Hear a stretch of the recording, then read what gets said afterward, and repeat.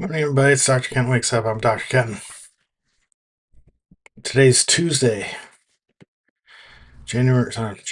Tuesday, November 25th, 2025. 25 November 2025. And it's Tuesday. Tuesdays are ordinarily a day when a person would, in my case, Mondays are for meetings, Tuesdays usually for admin and errands. And do a bit of that today. Gotta reload the bin full of pellets and so forth, and do some other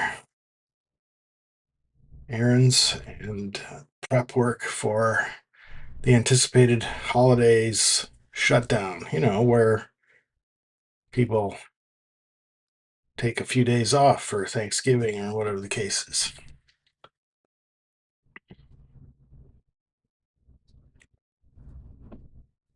Today is not unlike that.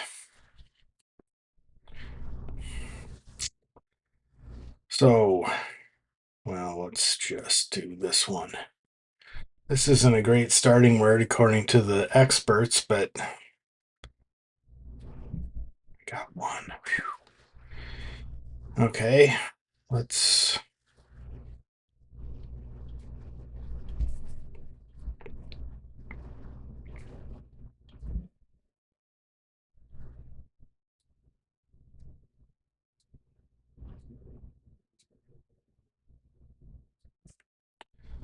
I gotta firing on all cylinders today.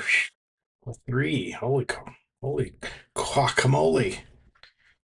Last night made Matthew McConaughey's tuna salad and Italian beefs.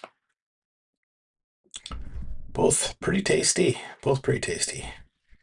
But this morning while I was walking the dogs, memory came up of a lady I used to work with. This is a memory that comes up every so often. I don't know if there's a reason for it, but anyway, when I for a while I was a housekeeper at a hotel, and like many things in my life, that hotel doesn't exist anymore.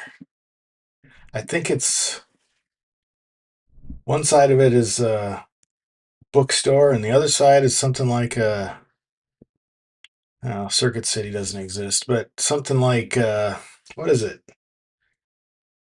Uh, Best Buy. Anyway, I was working as a housekeeper over the summer, and a lady there told me a story about her, and this has got to have some trigger warnings, I guess. Probably trigger warnings. You might want to just skip the rest of this, if you're if domestic violence is something you don't like considering. Um, but she, I asked her, as you do, just asking, are you married? Do you have kids? Just making small talk. At the time I was married, did not have kids. She told me that she was widowed, and I said, "Oh, that's terrible." And she said, "No, not really." And I said, "Well, okay."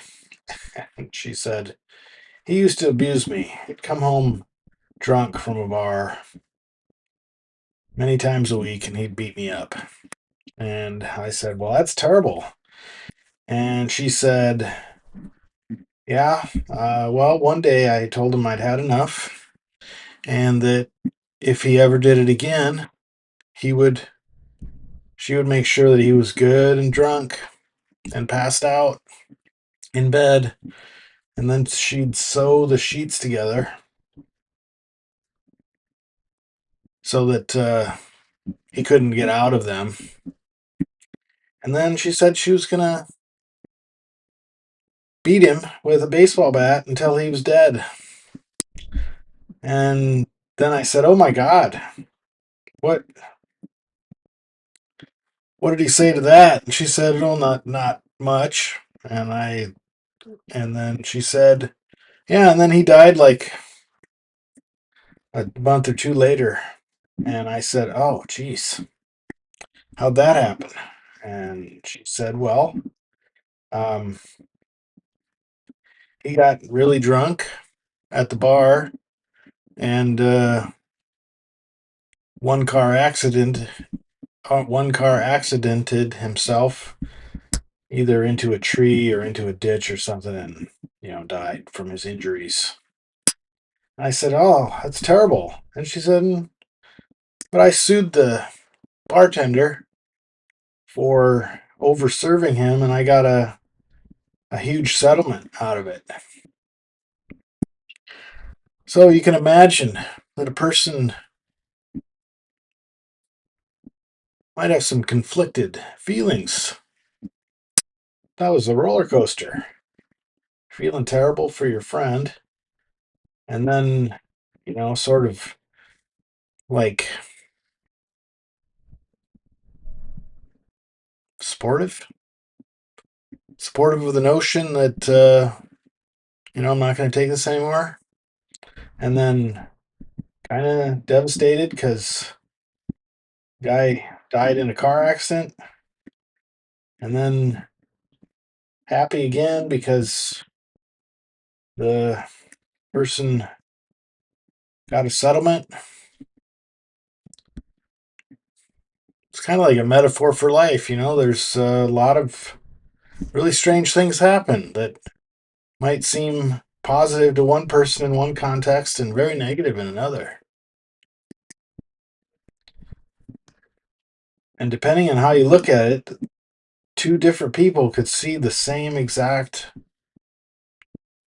outcome, same exact occurrence as both the very possible best thing that could happen and the very possible worst thing that could happen.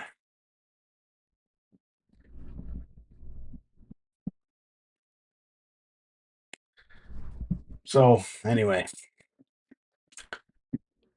it's a mental exercise that I periodically had to go through, every so often. Periodically, as in other words. All right, that's it. I hope you have a great Tuesday, despite the story I just shared. Anyway, love you, bye.